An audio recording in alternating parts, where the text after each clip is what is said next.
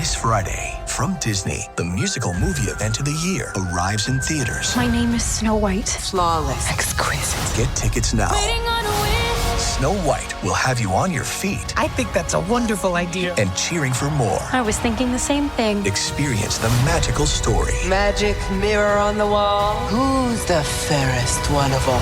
Snow White. Disney's Snow White. Only in theaters Friday. Rated PG. Parental guidance suggested. Tickets on sale now. My dad works in B2B marketing. He came by my school for career day and said he was a big ROAS man. Then he told everyone how much he loved calculating his return on ad spend.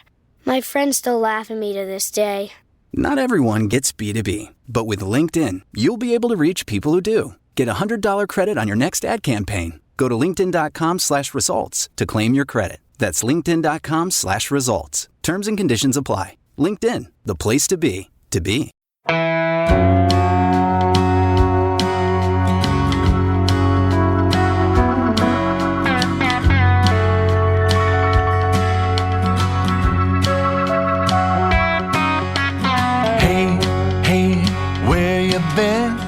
Buckeye Talk is about to begin. Hey, hey, hey, come on in.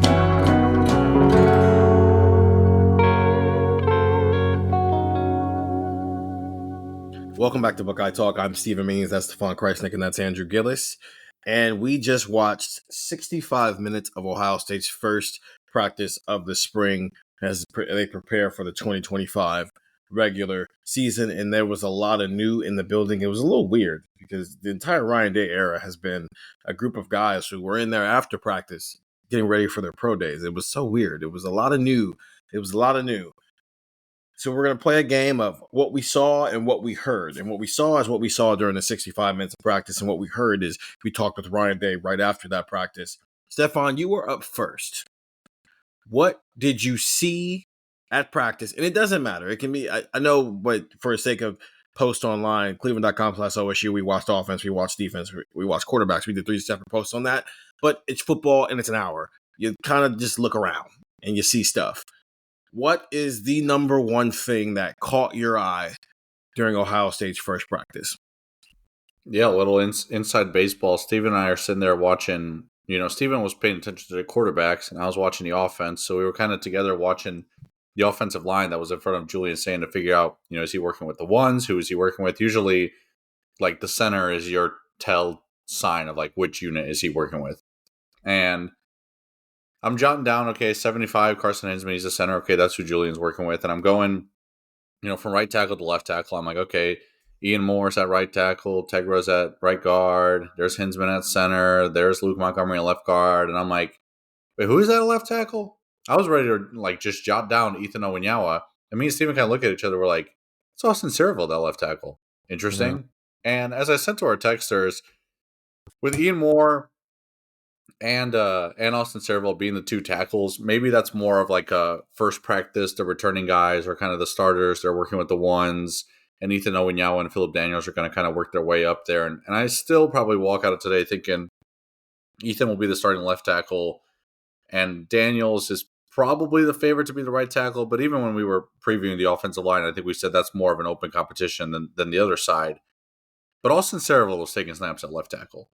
And the immediate thought we had, and I'll cheat a little bit, something we heard as well, was Ryan Day talking about it afterward, the whole Serval situation, is that Ohio State just went through this with Donovan Jackson, where you need versatility on the offensive line. And Austin Serval is already versatile in the sense that he played left guard, he played right guard last year, rotated between the two, had starts at left tackle or left guard. Like, he's shown you he's versatile. This adds another element. If he's at least an option, like if he's your 4th option at one of the tackle spots, like that is a very promising sign for not just his development, but maybe add some more depth to a unit that we didn't think really had much, specifically talking about tackle on the offensive line. So very interesting to see that. That was kind of the first thing that caught my eye, and just something that it's like, okay, he's not starting there, but if it gets to November and things start getting weird, you kind of at least know what the options are, right? Like we had this discussion of, if you think Owinyawa and Daniels are the starting tackles, who's the 3rd tackle? Definitely Ian Moore. Who's the 4th tackle? That's when we kind of started scratching our heads being like, oh boy, it gets dicey. Well, if Austin Saravel's a worthy option there, like Donovan, I won't say like Donovan Jackson was, because it's, Donovan Jackson was a first round tackle and a first round guard. Like, that is impossible to do. Go look at what the Chiefs did in the Super Bowl. That is an impossible move to make at that high of a level. But if Saravel is serviceable, I think we're at least looking at the depth tackle being like, okay, it's not as dire as we thought in mid-February. So that was the first thing that I saw that really caught my attention, because it was pretty immediate at the start of practice. If things start getting weird, here's the deal. If things start getting weird, I'm just gonna pick Ohio State to win the national championship. That's where I'm at now. Because things get weird and this team wins natties. They don't win natties when things are normal. No, they win national championships when they're playing third string starting quarterbacks and left guards and left tackle. So fine, I give up. Things get weird. I'm picking them to win. Andrew, Ryan was talking a lot about how a lot of this is rosters are going up to 105, and so you want to have positional flexibility. I think he mentioned that Luke Montgomery's going to be working at guard and center. Tegra Shabola will be getting work at guard and tackle. I think the only person, at least that we named, that Ryan Day said is strictly playing at one spot is the Rice transfer Ethan Owenyawa, who is listed at 6'6", 357 pounds. Large human being. Ryan didn't like that. Ryan Day said, yeah, we're going to have to slim that down a little bit and get him a little bit lighter on his feet. And I get that, right? There's cool 6'6", 350, almost 60 pounds is fine. But in this offense where the way they like to run the ball and they want their offensive linemen to be pretty athletic, I don't know how athletic you can be at 357 pounds. I'd love to be proven wrong. Shaquille O'Neal proved the world wrong for 15 years, but this isn't basketball. This is football. But to the point with Saravel and what Stefan's talking about, I don't know. Is this literally a direct reaction to what happened this year when you had to shuffle Carson Hinsman as your backup center and make him your left guard, and then he's playing center in a national championship game? You had Zen Maholski end up starting some games for you. Austin Saravel's playing left guard and right guard at the same time in games, and then you had Donovan Jackson playing left tackle. How much of it is just it's spring, you're developing guys across the board, but also maybe it's an necessary overreaction to what Ohio State just experienced on its offensive line? I think it's a lot of everything. like it's a bad answer, but like I think a lot of it is them looking at what happened in the playoff and saying, man, two season-ending injuries on the offensive line is not the craziest thing you've ever heard of, right? That's a position that does wear on you. Like, 2 injuries up front is not out of the realm of possibility again. So I think wanting versatility there is big. I think it's also their tackle depth, because we mentioned Owenyawa and then Daniels as your probable starting tackles. And then you have Ian Moore. And then who's the clear-cut next guy? Bueller? Anybody? No? Exactly. No, nobody has an answer. Is it one of the Armstrong twins? Is it Carter Lowe? I mean, you don't know. So it's like, I think it's that as well. I think you need a next tackle. I think you need a fourth tackle. I think, because you want to have 10. You want to have probably a 2 deep, especially along that position. Where if you do have to move some things around, you're okay. But more specifically, you just want to have a first and second team. And then I think part of it is them kind of just going, okay, that might not work every time, right? Like, have you guys ever driven in a car with somebody who drives a little bit too fast, and you get to the end result and you look at them and you're like, what in the world was that? And they look at you and go, but did you die though? Something like that, or we're okay though, right? It's like, well, yeah, but maybe not next time. Like, Donovan Jackson came in and played hero ball for Ohio State, right? Like, he was unbelievable for Ohio State. That doesn't mean your left guard is going to play at all-American left tackle levels every single time. That's all it means. It means nothing else. It's like, we're living in hyperbole. I think you want to be ready for a situation like that again, where it's, okay, one of your tackles goes down, and then you have an interior guy go down, and then all of a sudden you're like, all right, what do we do here? You're like, I don't know. And it's a lot of different things. It's Ohio State's tackle depth. It's building that fourth guy. It's making sure guys can play multiple different positions. It's probably understanding that, last year was maybe not repeatable every year. Because again, maybe I'm wrong, and maybe we get the same scenario where you have to have a right guard or a left guard kick out to right tackle or left tackle, and they play unbelievable against some of the nation's best pass rushers in a playoff, and Ohio State wins the national championship. And then we say, all right, well, the prerequisite to Ohio State winning a national championship is a tackle getting a season-ending injury. So it's like, maybe that happens again.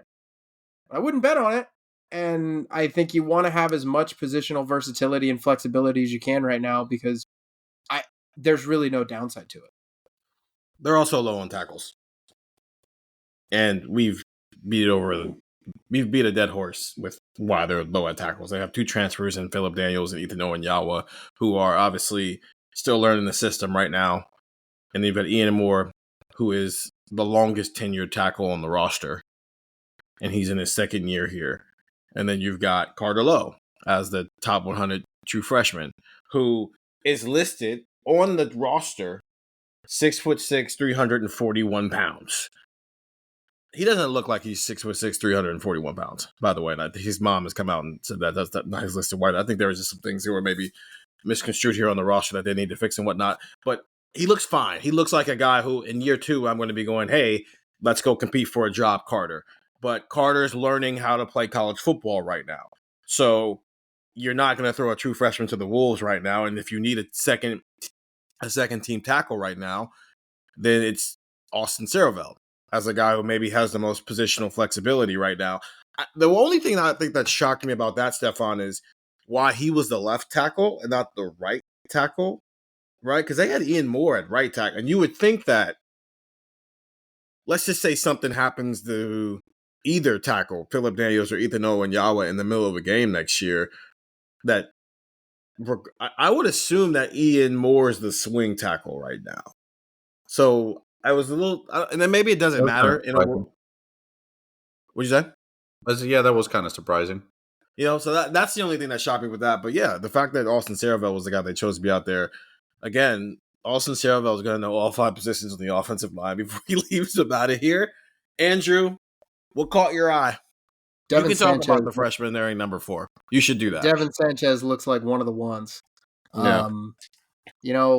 I said this last year with 2 guys in particular. Now, I know Andrew Gillis going out bold on a limb when I said I really liked Aaron Scott and Edric Houston and the 2 5-star defensive linemen. But it was clear, even looking at them, there was going to have to be some development. One of the things that stuck out to me was Aaron Scott sticking his nose in everywhere, being really aggressive, being really physical, was not afraid to make a tackle, was not afraid to run and get engaged with, a receiver that was trying to block him. He just needed to put on a couple more pounds of strength and get in a weight room and, live like a senior in high school is supposed to live, where you're getting ready for your prom and you're graduating high school, and instead you're trying to cover Jeremiah Smith and trying to cover Emeka Egbuka and Carnell Tate. Edric Houston, kind of the same thing. You see the explosiveness and you're like, man, he's just got to get a lot bigger. I don't know if he could play down to down, but right now, but the explosiveness is there. And you saw it at the end of the year. Devin Sanchez, I looked at and I went, I think he could play today. If you were to bring in somebody and say, today's their first day on the Ohio State beat, Andrew, Steve, and Stefan, whoever it is, and you were to say, who are the freshmen? You could probably point out most of them.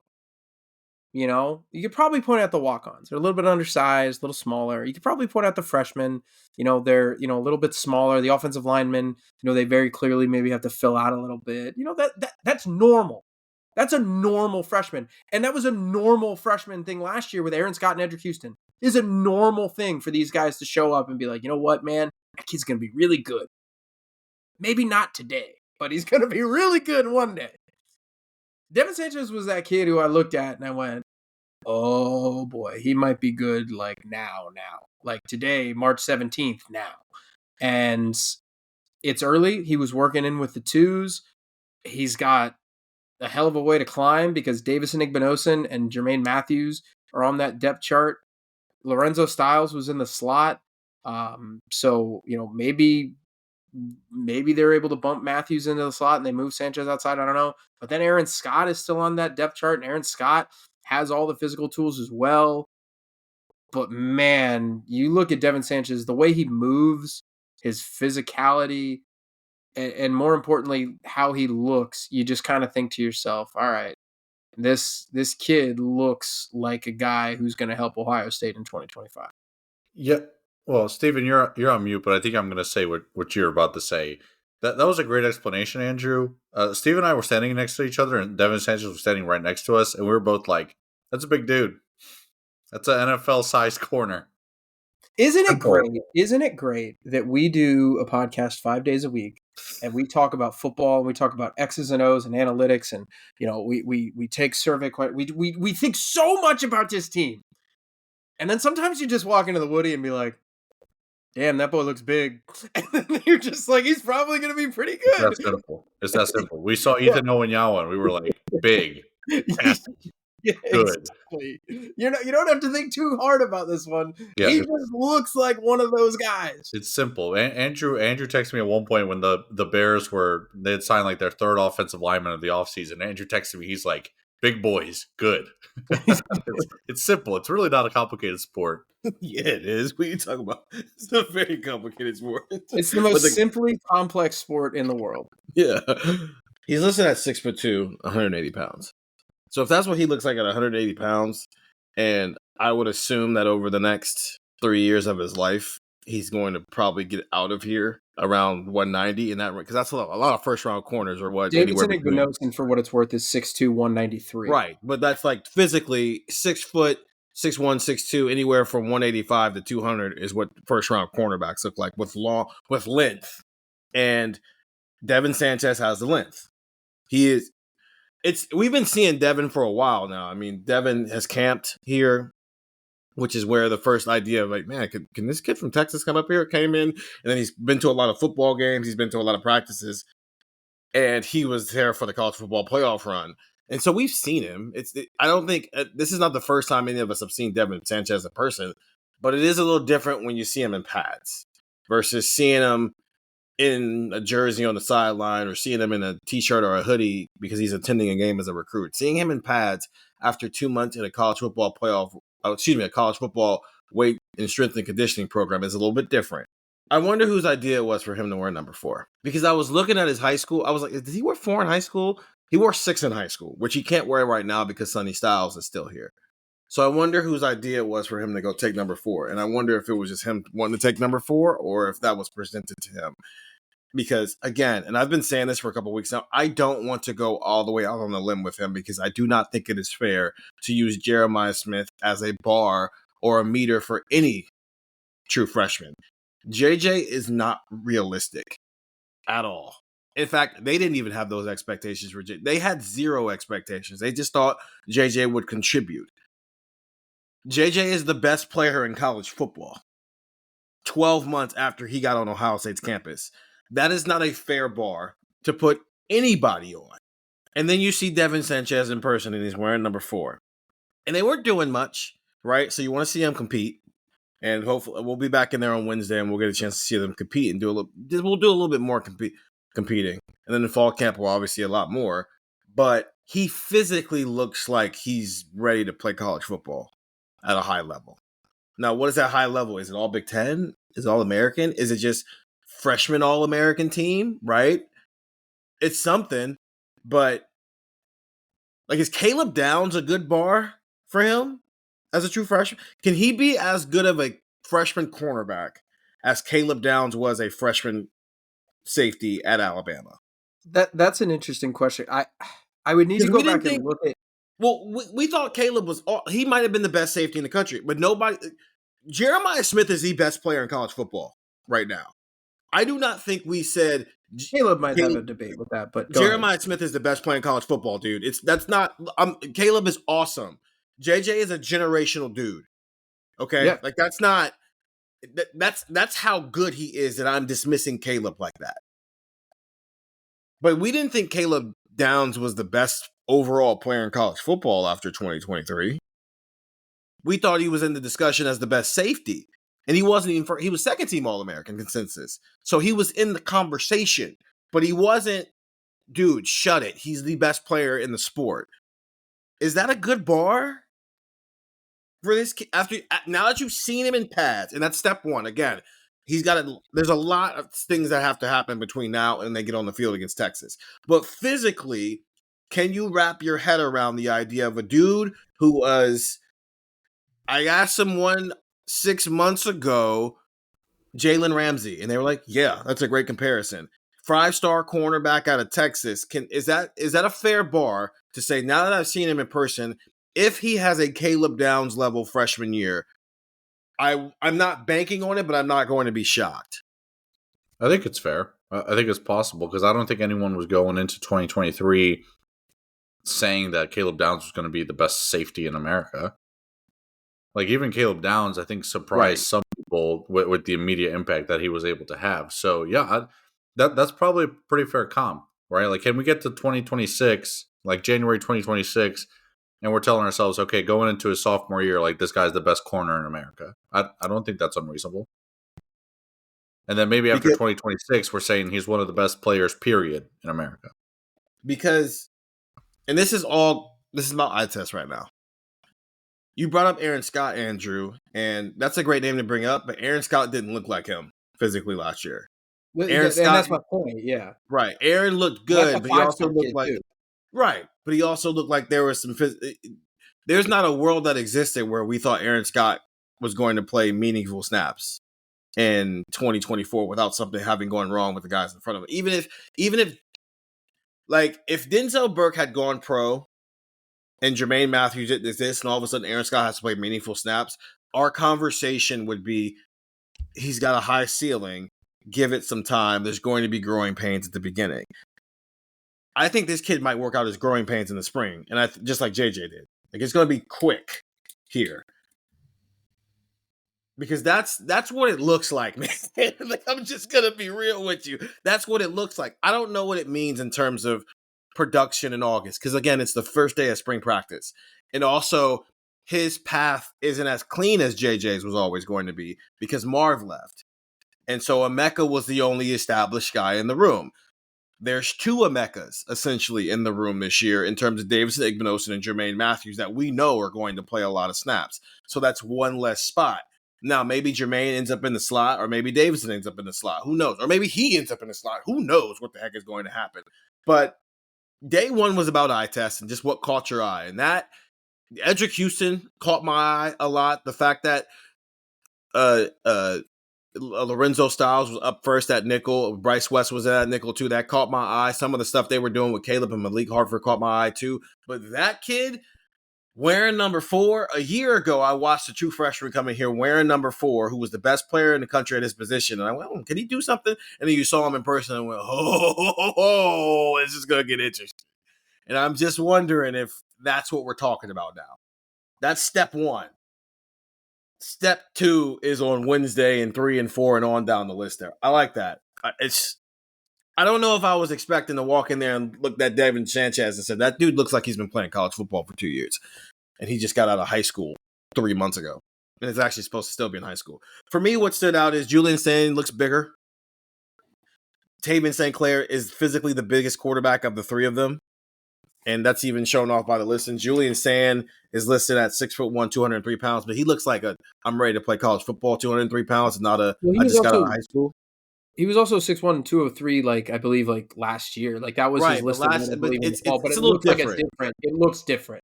It looks like he's ready to play football, and not he's eating Cheetos and sandwiches at lunch in high school. Lincoln Keenholz is listed at 6'3", 207. And then Tavian St. Clair is listed at 6'4", 223. This is a smaller group of quarterbacks than last year because, Stefan, we were talking about this. Will and Devin Brown really just kind of physically looked the part, and it's because they were a little bit older, and so they may be, that's a grown man out there, and that's not necessarily the case with this group. They're a little bit smaller. They're still obviously physically growing and whatnot, but I think I don't know. I saw 3 quarterbacks out there, and I felt like physically they were ready to do this. And so now the race is on to see who actually wins the battle.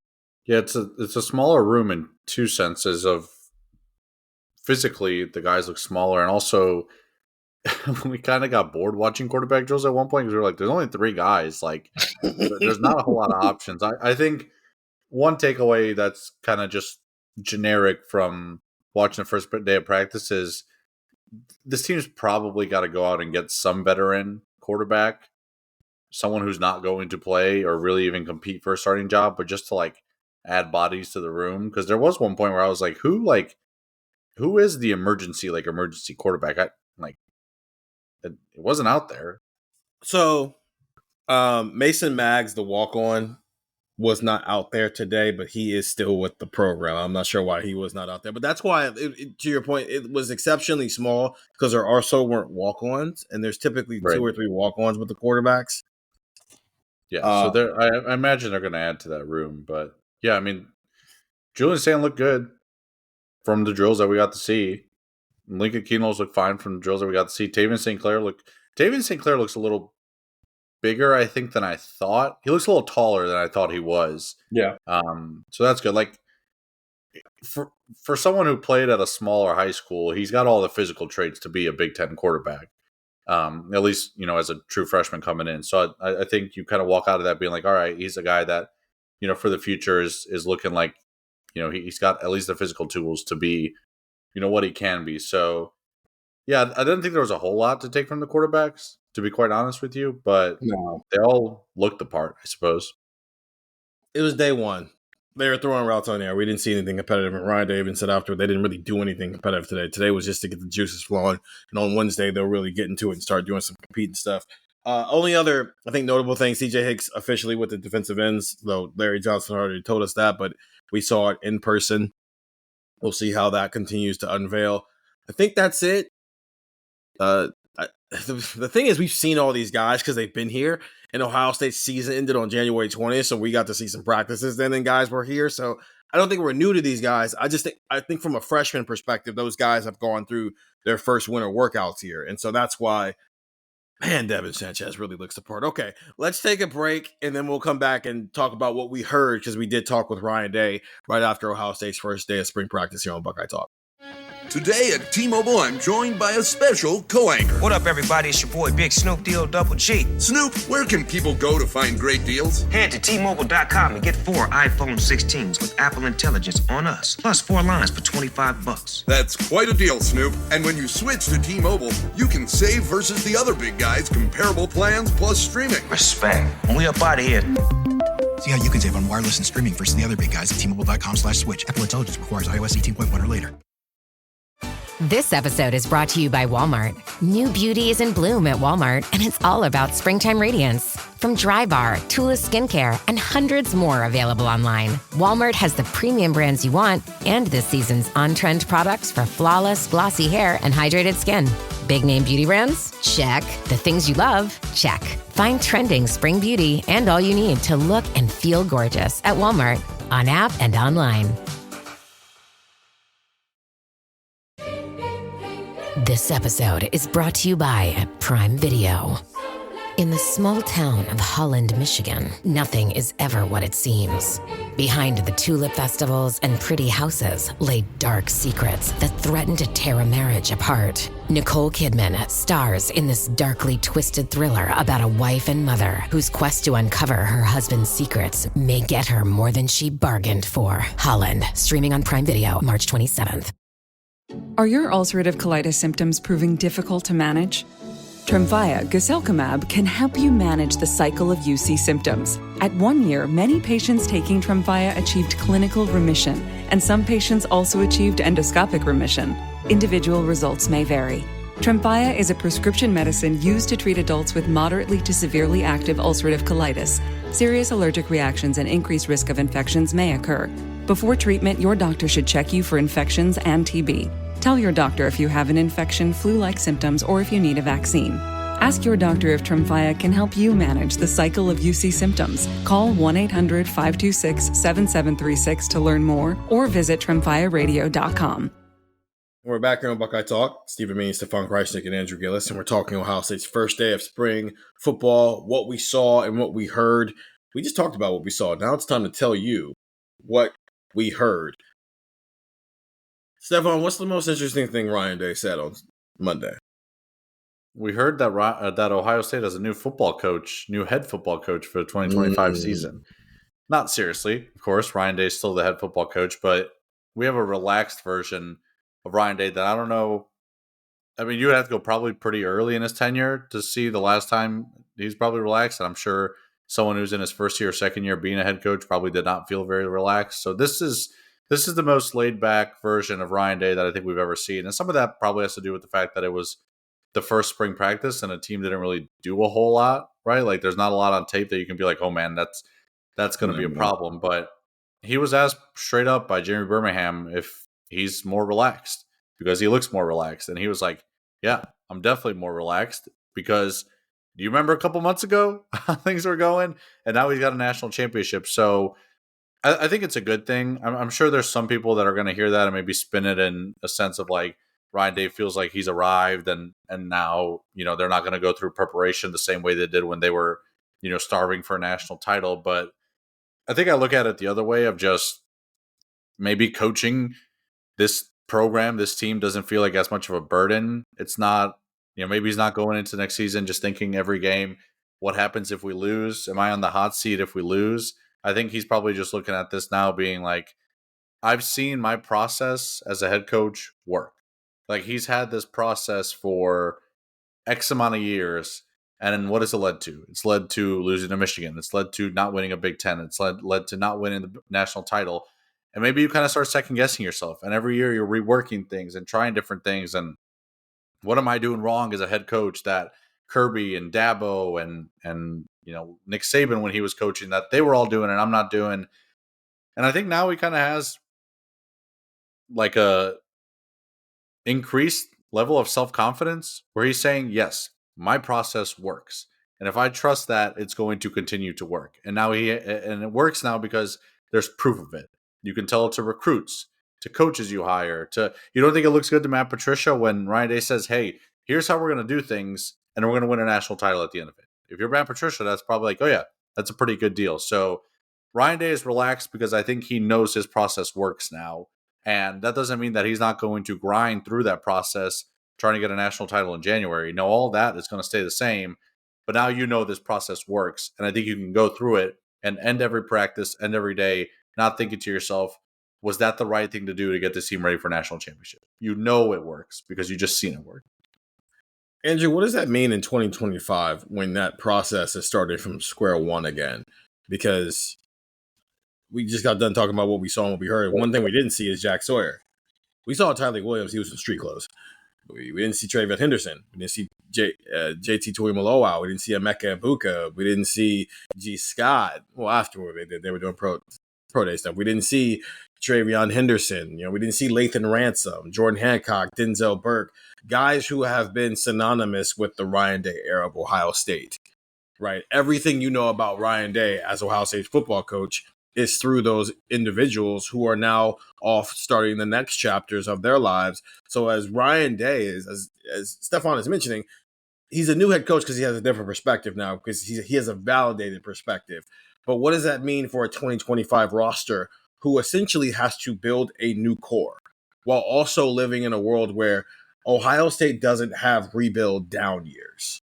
It is interesting because I think you have to rely on the guys that have been here a while, and there's not a ton of them that have played a lot of football. And I think you kind of need to build out from there, right? Like your starting quarterback is going to be a first-time starting quarterback. Like I know Will Howard was a first-time starting quarterback, but that was a kid who was using a fifth-year COVID year, right? Like he had played 5 games in his freshman year and then played enough the next 2 years to where, like he had played a lot of football. Like he had come to Ohio State with a lot of experience, and like you had all those guys, that were coming back, like you mentioned. So like the quarterback is going to be new. I think you need to rely on the guys that have played a lot of football. I think of Sonny Styles. I think of Davis Nigbinosin. you even start to think of guys like Kenyatta Jackson and Caden Curry. It's like, man, those guys might not have played a lot of starting football, but those guys have been around a while. And those are the guys that you're going to need to rely on, because I don't mean this to sound crass or anything like that, but like, who else are you going to rely on, right? Like if the whole point of a team is, hey, we're going to rely on our senior leaders and we're going to rely on the guys who have been here and the guys who know the ropes and the guys who do all this. Well, you just lost a lot of the guys who had gone through all of the stuff, right? You just lost a lot of starters who had played hundreds and hundreds and hundreds of snaps for Ohio State, and who had played in big time games and played and started in Michigan games before and played and started in college football playoff games before. And then now you're kind of resetting. So I think you need to rely on, your small group of leaders there. Caleb Downs obviously is in that mix. And, at this point, like Carson Hinsman is probably in that mix. Like you need to start counting on those guys to say, you know what, we're going to start with you and then we're going to build this thing out. Because like you said, it is almost starting from square one again with a lot of this leadership role. So I think you're looking for leaders too. And I think that might have been part of what Ryan Day was saying today, where he was talking about, the leadership council and, the leadership of this all. I think he's kind of saying we need guys to step up and we need guys to take roles that they just haven't done before. There was a moment when we were watching practice when I saw Sonny Styles and Caleb Downs in like the most ball talk conversation I've ever seen those two have. And I know, Stefan, you were asking Ryan Day about Sonny, but his development of as a leader is of the utmost importance, right? Because linebackers have been leaders at Ohio State for a long time. In fact, the last two linebackers who were in the position that he is now in as the most experienced and best player in the room, they were captains. And that's that's Cody Simon, who also was the block O, and that's Tommy Eichenberg. Caleb Downs is arguably the second best player in college football right now. He has to be more of a leader. Jeremiah Smith has to be more of a leader. Brandon Ennis seems like he was born yesterday to be a leader. Carnell Tate's got to be more of a leader. James Peoples just went from learning from Travion Henderson and Quinshawn Judkins how to be an elite running back and how to lead to now leading a room. And on down to Carson Hinsman is now the most experienced Ohio State offensive lineman. And on down the list here. And the way Ryan Day was describing it was the last team meeting, the last champions meeting they had with that former group. He made all those guys stand up, and literally physically all those guys who were returning had to move down a seat, because how it's seated is leaders, seniors, juniors, sophomores, freshmen, on down the list there. And it was almost like a physical representation of this is what you are going to have to do now, because the guys who have had those seats for a long time are now gone. And that also shows out with Ryan Day as well, and maybe how he goes into this next chapter of his self as a coach, because that book is now closed. It was weird. It had roller coasters. It had ups and downs, and it ended with a national championship. Well, the difference between Nick Saban and Urban Meyer and Dabo Swinney, and with all due respect, where Kirby Smart is right now, because Kirby Smart's got 2 national championships, but he's got it with the same core. That's why it was back-to-back like that. Nick Saban transcended the sport because he did it across multiple eras. It's a running joke that if you spent 4 years at Alabama, you were going to win at least one national championship. Well, if that's who everybody is chasing, this is how Ryan Day starts his chase. Is first chapter ended with a ring. Cool. What's the next chapter going to end with? What's the chapter after that going to end with? Because we're now entering year, was it 6 or 7 of Ryan Day? He's been here forever. My God. We're at the end of the Urban Meyer era, if this was Urban Meyer and not Ryan Day. So he's entered a new chapter. I'm interested to see where he takes this. Andrew, what's the most interesting thing you heard? I think that might be it, but I think, right there is the quarterback competition and the quarterback battle, and what he said about like naming a starter.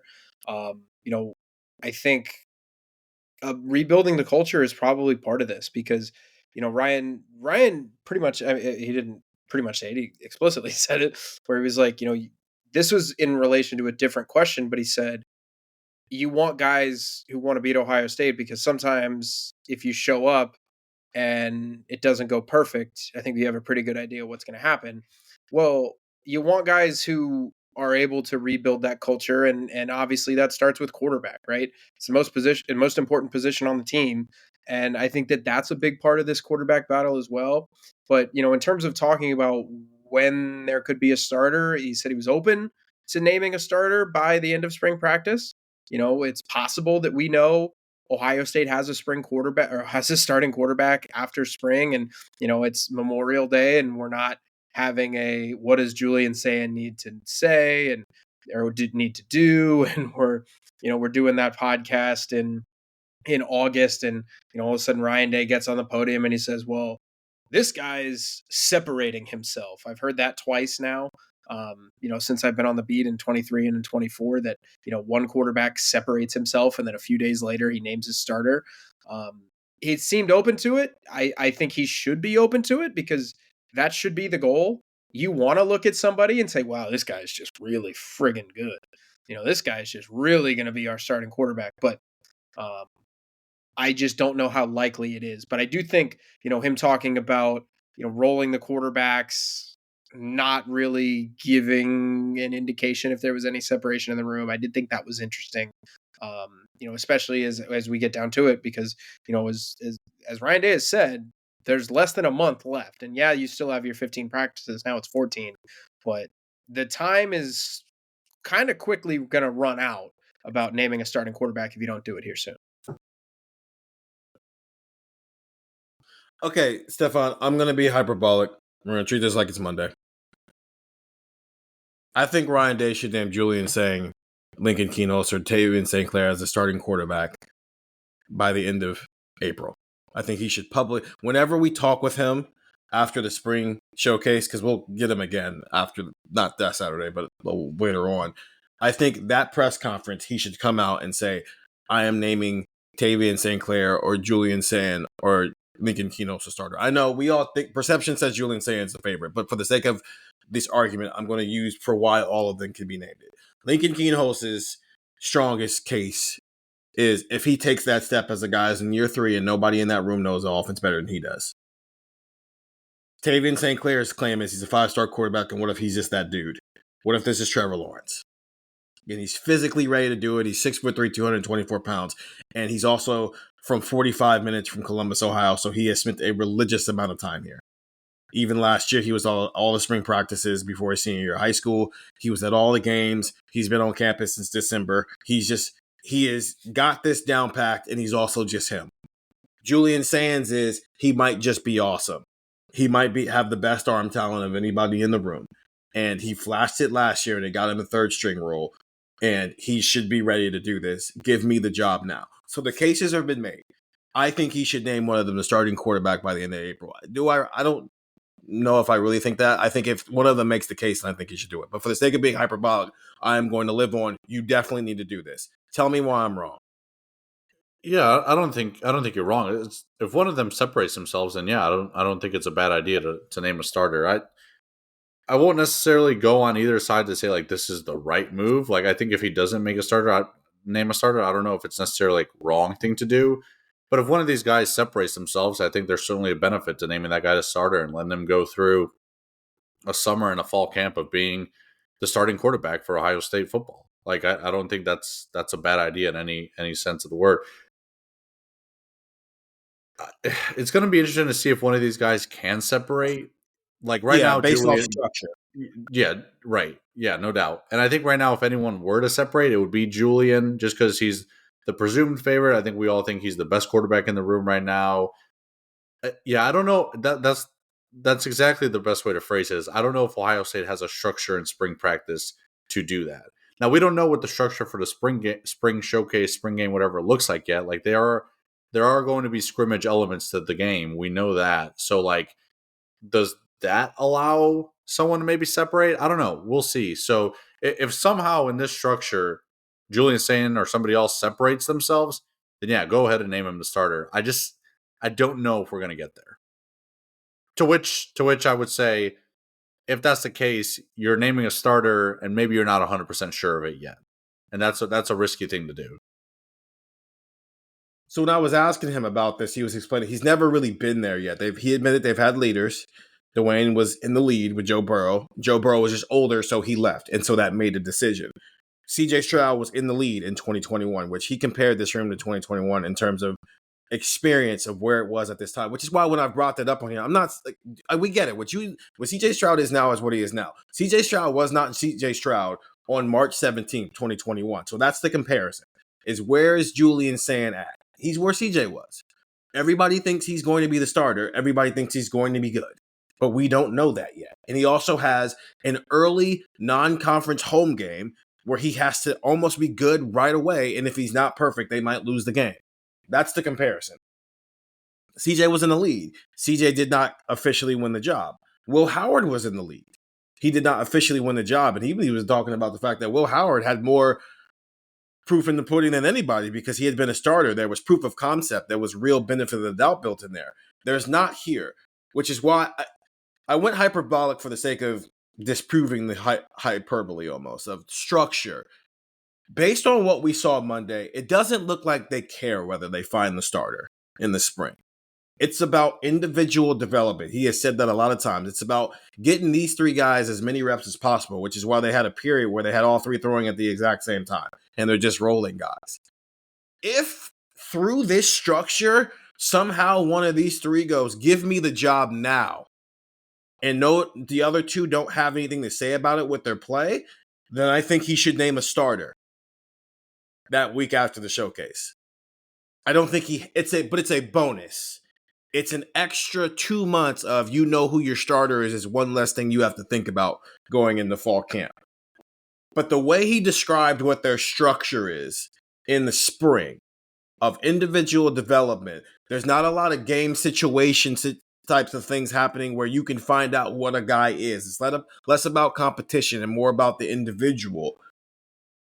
When it doesn't happen, I'm not going to be like, why are we still doing this charade? Julian Sayin is the starting quarterback. Or why are we still doing this charade? Lincoln Keno's or Devin Sanchez is the starting quarterback. Well, it's because they haven't been asked to do anything to actually go win the job.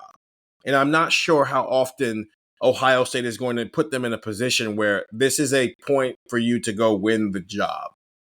And it was enlightening. I thought most of the day was enlightening. Get the text, 614-350-3315. We were texting out all this information as it was coming to you, and we'll be back in the Woody on Wednesday bringing more information to you as we watch more of practice. And then we'll also talk to all three of these quarterbacks, plus Billy Fester, the quarterback's coach, plus all the running backs, and Carlos Locklin. I almost said Tony Alford. And Carlos Locklin. So get the text, 614-350-3315. We'll continue to watch as these battles play out for Stefan Krajisnik and Andrew Gillis. I'm Stephen Means, and that was Buckeye Talk.